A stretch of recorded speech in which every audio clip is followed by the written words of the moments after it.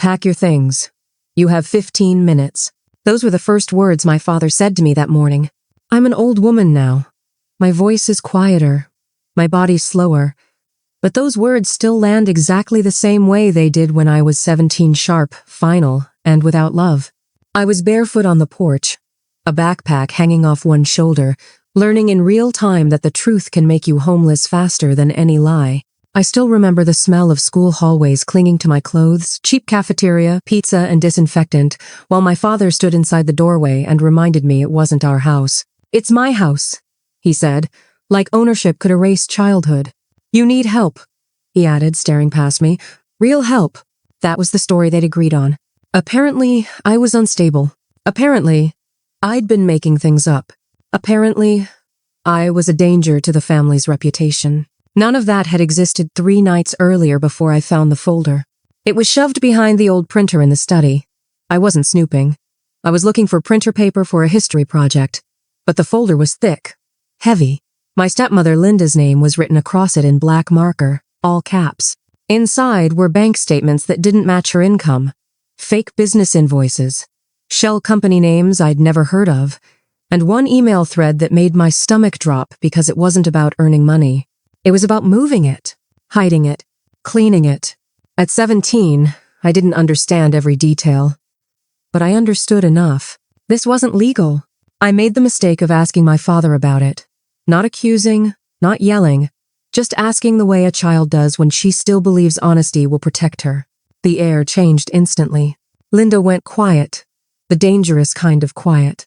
Then she smiled small, tight, and said, "You've always had such an imagination." 2 days later, the school counselor called me into her office, said my parents were concerned, said there had been reports about my mental state, mood swings, paranoia, delusions. That night, my phone was taken. My bedroom door stopped locking. By the next morning, my father handed me a backpack and told me I needed to leave until I got myself sorted out. No argument, no explanation, just removal. I remember standing there on the porch, convinced this was a test, that any second now, the door would open and someone would admit this had gone too far. It never did. I walked until my feet hurt, sat on a bus bench until the sun went down, slept with my backpack wrapped around my arms, afraid someone might steal the last thing that proved I still existed. That was my first night homeless. Social services eventually found me, asked questions. I answered carefully because, even then, I understood something it took me a lifetime to fully accept. Telling the truth had already cost me everything. Linda slept warm that night, drinking her morning coffee, pretending I'd never existed.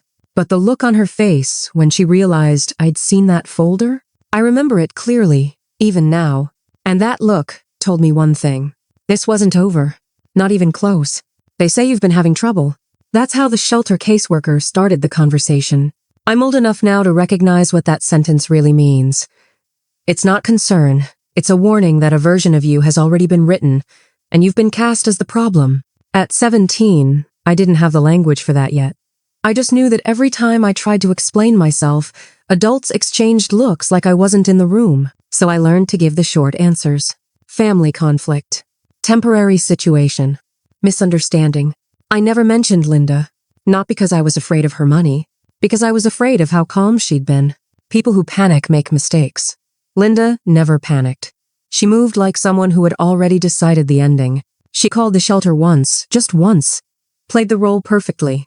The worried stepmother checking in. Told the caseworker she hoped I was getting the help I needed. Even asked, gently, if I'd started taking my medication yet. I had never been on medication, but the idea landed anyway. That's how reputations begin, not with proof, but with suggestion. School felt different after that. Teachers spoke to me slowly, like volume was the problem. Friends stopped texting. One girl leaned in and whispered, "I heard you had a breakdown." I remember thinking how fast a person can be rewritten, so I stopped trying to explain myself. I started watching who avoided my eyes, watching who repeated the same phrases, watching how concern and suspicion sound almost identical if you're not listening closely. It became clear this wasn't just about shutting me up. It was about credibility. If I ever talked about that folder again, the answer was already prepared. She's confused. She imagines things. She's been through trauma. The truth was being buried under my reputation. So I chose silence. Not the kind that comes from fear, the kind that comes from strategy. I focused on surviving. I worked nights cleaning offices downtown, minimum wage, bleach burning my hands. I did homework on my breaks, earbuds in, pretending I still belonged somewhere. I learned which bus drivers didn't ask questions and which diners let you sit too long without ordering. And late at night, when the shelter went quiet and sleep wouldn't come, I replayed that folder in my head. The numbers, the dates, the strange company names. I wrote everything down in a small notebook I kept taped inside my jacket lining. No photos, no copies, just ink and memory. Because I learned something very young. Paper disappears. Memory doesn't. One night, a volunteer asked me what I wanted to be someday. I almost laughed. Then I heard myself say, "A reporter." The word surprised both of us. Reporters ask questions. They don't need permission to be curious. And people underestimate them all the time. I started spending afternoons in the school library, reading investigative pieces instead of novels. I learned how stories were built, how facts mattered more than emotion, how the strongest truths don't raise their voices. Silence stopped being weakness. It became preparation. Because every night Linda slept believing I'd vanished for good, I was still out there watching, remembering, waiting, and lying on that narrow shelter bed, staring at a cracked ceiling. I made myself a promise that carried me through the rest of my life. If I ever told the truth again, I wouldn't sound like a frightened child. I would sound like proof. And many years later, when an old name surfaced in a newsroom database, I finally understood silence had never erased the truth. It had only been teaching me how to tell it properly. When that name appeared on my screen, my hands froze on the keyboard. I was much older by then, gray-haired, established, trusted, but my body reacted like I was still 17 cold fingers, tight chest, that familiar, slow drop in my stomach. Linda's company. Different spelling, same structure, same pattern of money moving in neat little hops across state lines, like it was trying to stay ahead of itself. I stared at the monitor in the newsroom while my coffee went cold beside me and felt something unexpected settle in. Not fear, not anger, recognition. I wasn't a homeless child anymore. I was an investigative reporter with credentials, an editor who trusted my judgment, and access to databases most people never see. And suddenly, the past wasn't a memory. It was a lead. I didn't rush it. Time teaches you patience, and journalism rewards it. I treated Linda like any other subject. Slow, methodical, clean. I pulled public records, cross-checked registrations, followed money trails through states with loose reporting laws. The deeper I went, the uglier it became. This wasn't just tax games. This was laundering. Federal-level work. The kind that ruins lives when the truth surfaces. And the part that still unsettles me, even now? She hadn't stopped after I was gone. She'd grown comfortable. Sloppy. People always do when they believe the risk has passed. I pitched the story without names. Framed it as a regional financial investigation. My editor raised an eyebrow and asked how I'd found it. Pattern recognition, I said. That wasn't a lie. It was a lifetime of training they never meant to give me. Weeks turned into months. FOIA requests. Quiet interviews. One accountant who talked too much once he realized I already knew enough. Every document locked another door behind her. Facts first. Feelings last. At no point did I mention my past. Not to my editor. Not to my colleagues. This story wasn't about revenge. It was about exposure. When the evidence crossed the line from suspicious to undeniable, my editor leaned back in his chair and said, "This is big." I nodded. My hands were steady. Publication day came quietly. No countdown. No announcement. Just a clean headline and hard numbers. By noon, federal agencies were asking questions. By evening, Linda's companies were frozen. That night, my phone rang. I didn't answer. Then a message came through from a number I hadn't seen in years. Is this about us? I stared at those 4 words for a long time. About us. As if I'd ever been included. I didn't respond. 2 days later, the second piece ran this time with names. Linda's name. Her signatures. Her paper trail laid out in black and white. Everything I'd once been told was a delusion, documented and undeniable. The internet did what it always does. Dug up old photos, old smiles, old stories that suddenly looked rehearsed. Then something unexpected happened. An internal affairs contact reached out. They had questions.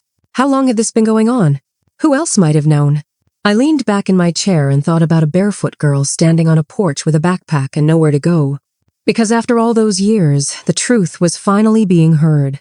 And now, the only question left was how far it would reach. By the time federal agents knocked on Linda's door, I was already at work. At my age, life no longer delivers moments with drama. It delivers them quietly, like confirmation, rather than surprise. I sipped bad newsroom coffee and scrolled through updates.